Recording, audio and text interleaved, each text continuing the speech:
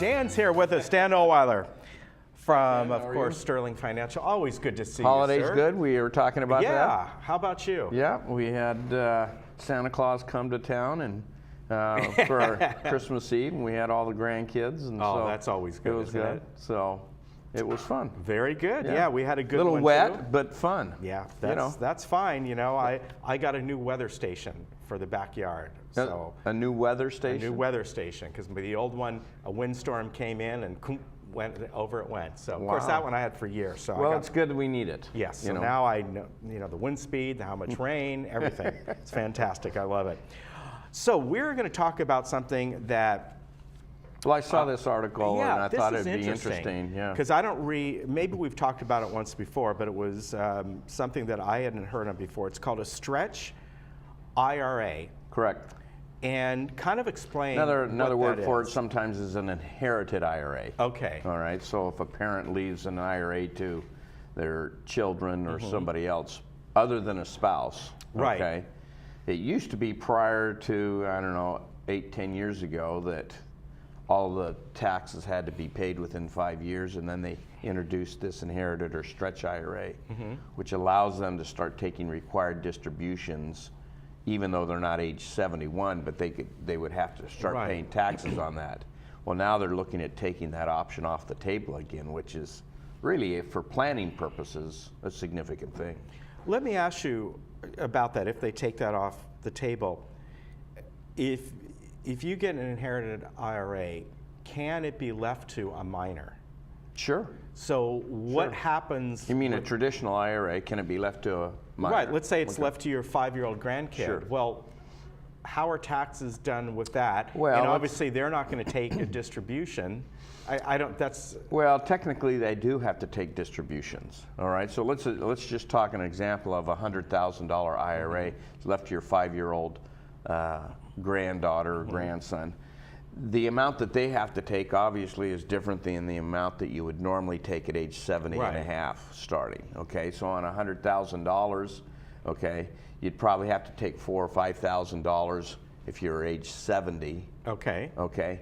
At age 5, you probably have to take 300, simply because of the age difference. Okay. So that's It's obviously, based upon age. Okay. And obviously with anything with a minor, it's being controlled or yeah, it's yeah, set I'm up by assuming their parents. there would be a guardian, but Yeah. but technically that 5-year-old does have to have it distributed. Okay. A check has to be made to that 5-year-old, but the guardian obviously would put it in the bank or Right. buy lots of candy, one of the two. Yeah, exactly.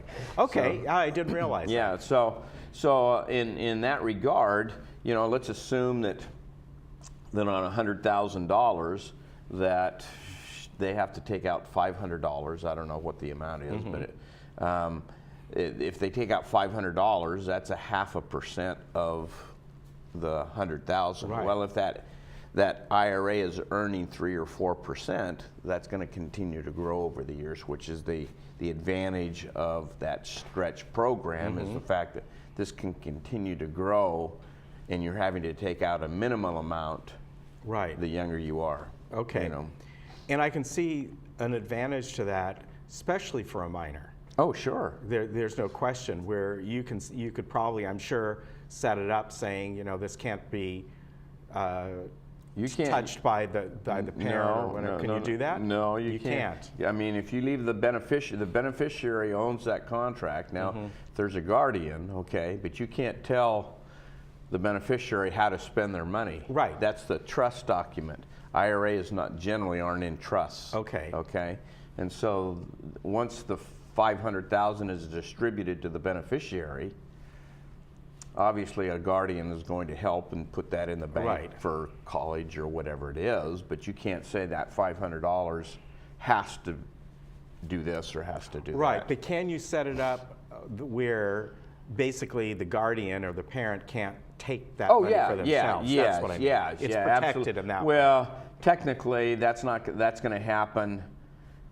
That could happen. Right. And it's not going to be known unless a child ends up suing the parent or whatever it Exactly. is. It gets ugly, but Yeah, exactly. So now they're looking at, and from what I understand, the article that you shared with me is they've actually been looking at this for a few years, but it's something that could come into Well, the fruition. government needs tax money. Yes. You know, and they're saying, we've got all this money in IRAs, trillions of dollars Yeah. in IRAs, and as those are being passed down to the next generation, they're looking for tax revenue. And this is one way that they're considering is eliminating that stretch program to where you either have to cash it out or it has to be cashed out within 5 years and paid all the taxes. Okay. So planning purposes right now is a little dicey if that comes into play, because tax planning is going to become very important in regards to that. Yeah. Using life insurance to pay the taxes or whatever. Yeah, You know.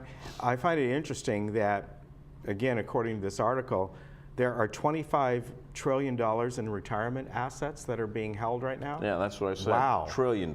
That's amazing. Yeah, it's significant, because we've kind of gone away from the old pension plans that our parents have to the 401ks that are then rolled over into IRA accounts.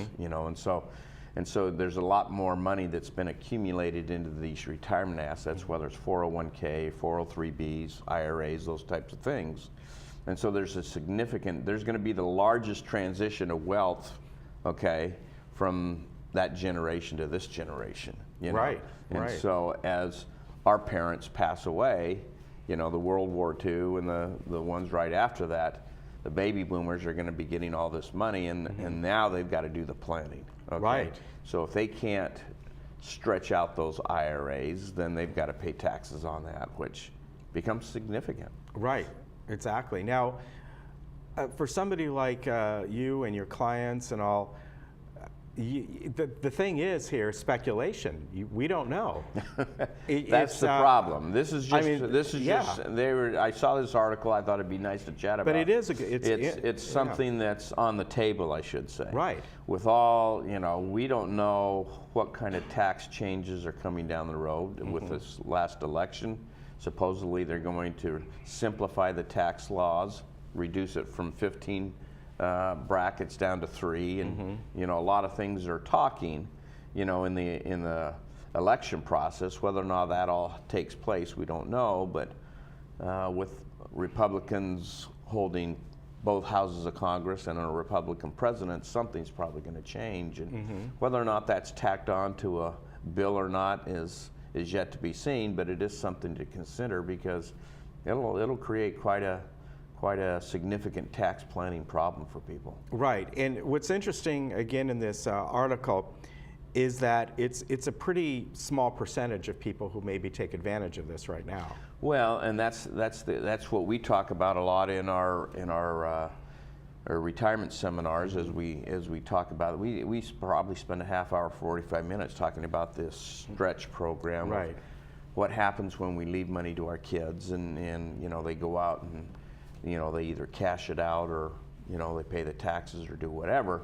There's that opportunity of doing a stretch IRA, and depending upon how they invest the money, you can set it up to, if they get an annuity or something like that, where it actually has to be paid out over their lifetime. You can actually do it prior to your death, so it kind of takes that option away from the kids that, hey, I'm just going to cash it out and go buy my new car type of thing. So depending upon what it is that they're trying to do. I have some clients that say, I don't care what they do, I'm dead. Yeah. That's fine if that's the approach that you want to take. I'll spend what I want, and what's ever left over for my kids, they can do what they want. Right, exactly. Well, my comment is why work all of our life and leave more money to Uncle Sam than we have to? There's some ways that we can do this if you set it up properly. Now, can things be set up to give this money away prior to your death, right? Yeah, you can give your IRA money away, and you can. I'm working with a client right now. She's got several IRAs and has a desire to leave some money to some charities. Well, the best thing to do is make a charity your beneficiary on your IRA, because then when it's passed on, there's no taxes on it. Okay, use money that's non-IRA for your own living and everything, and then start taking your required distributions at age 70, and what's ever left over in your IRAs can be passed on to charity, while you leave the other non-IRA money to heirs or whoever you want to do that to. Now, if you're not leaving it to charity and you have to start taking your required distributions, we've talked about this before, of a lot of people just put it in the bank and earn, you know, 0.5%, 1% right now. We've got several people that I'm working with right now where the required distributions aren't necessary to live on, so we're using that to purchase a life insurance policy that can pay the taxes on the IRA when they pass away. Okay. So the life insurance will come in tax-free to the beneficiary. They can cash out the IRA and then pay the taxes with the life insurance, and so it gets it out of that, what I call tax-infested account. Yeah. You know, so there's some planning that can take place, especially if you don't need the required distributions that you have to take by law. Exactly. It gets complicated. Yeah, it does. You can't set your family up as a charity, huh? That would be nice. Yeah, well, I don't know. Sometimes I feel my kids are my charity. Well, you know? yes, that's true.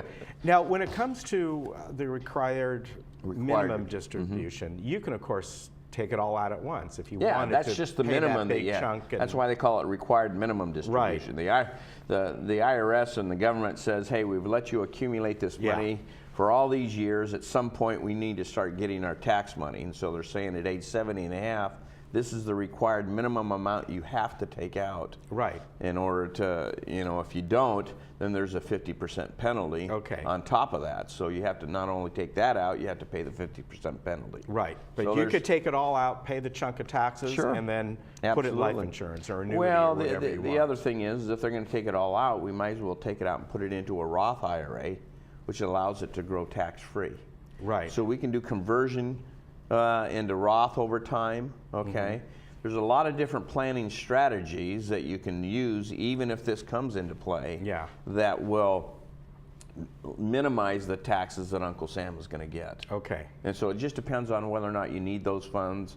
Most of the time, my clients don't even need the funds. Yeah. You know, the reason they're taking out the money is because they have to. All right, very good. A lot of implications, but we'll see. I mean, I think over the next, well, we think over the next year, we may start to see a lot of different changes. We'll keep our fingers crossed that they'll keep that in place. They're talking, the other thing they're looking at is eliminating the estate tax completely. Right. So that's another thing that would be a significant advantage to those that have accumulated a lot of money. That, you know, we can pass on, you know, $5.5 million, which takes care of most of us. Right. You know. Right. But those that have accumulated a significant portion, you know, they're looking at eliminating the estate tax as well, so that would be a positive thing. All right, very good. Well, Dan can help you navigate through this. And we're up and running again. Our seminars are starting in a couple of weeks, and if they'd like to come to one of our seminars, we hold them at Ruth Chris up in Irvine. Right. They start at 5 o'clock in the afternoon, and they come in, they have a nice dinner, and they can get to know us a little bit, so to speak. Yeah, he's a nice guy. I can attest to that. And actually, everybody in your family and all the people I've met, hopefully they all had a great holiday season. We did. We had a nice year-end event. We missed you. You know, I was doing something that night. Yeah, I know. But we had a nice year-end event. A couple hundred people. We actually raised $15,000 for Make-A-Wish this year. Oh, great! So it was a good opportunity. Really good. Good to see you. Good to see you. The information's on the screen for Dan and Sterling Financial Advisors. And you know, one of the benefits, you can get, you got like a newsletter that comes out. We do. And your wife puts recipes in there, right? Right. All kinds of stuff. Yep. But it's nice to get. And check out one of the seminars. We'll let you know the dates on them. Sure. And go from there. We can get some information to you. That'd be great. All Good right. to see you. Good to see you again. Happy New Year to you. And we'll be right back.